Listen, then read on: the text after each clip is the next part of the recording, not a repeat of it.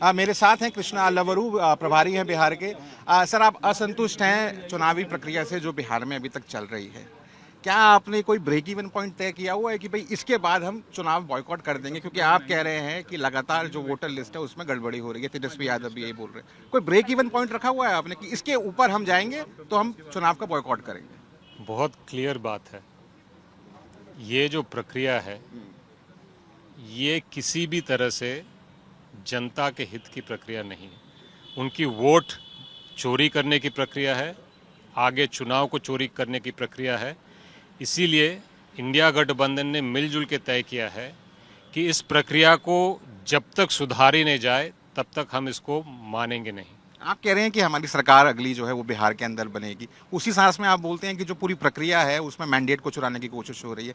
Voter voter क्या confused है, या आप अपने वोटर को क्या मैसेज देना चाहते हैं? क्या आपकी सरकार बन रही है, कि क्या मैंडेट चोरी हो रहा है? वोटर को सीधा बात बताना चाहते हैं।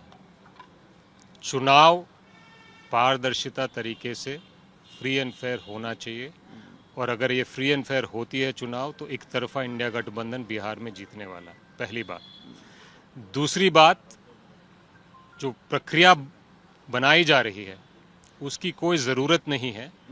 तो ऐसी कोई प्रक्रिया इस वक्त लागू की गई है जिसमें जो प्रमाण पत्र हर जगह देश में माने जाते हैं, बैंक के केवाईसी से लेकर एयरपोर्ट की सिक्योरिटी से लेकर पार्लियामेंट की सिक्योरिटी तक आधार कार्ड को मानते हैं।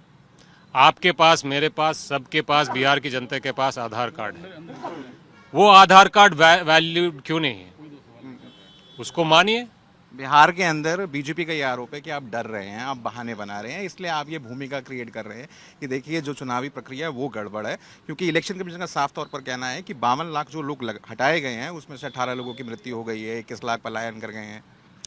पुरानी वोटर लिस्ट और प्रक्रिया, वोटर लिस्ट को सुधारने का वो करें, चुनाव को पारदर्शिता तरीके से करें, फ्री एंड फेयर करें, और हम खुलेआम चुनौती देते हैं कि इंडिया गठबंधन को बिहार में 175 से ज़्यादा सीट आएंगे। घबरा हम नहीं रहे हैं, घबरा बीजेपी रही है, क्योंकि ये जो तुगलकी प्रक्रिया है वो घबराहट से पैदा हुई है, और ये तुगलकी प्रक्रिया बीजेपी के कहने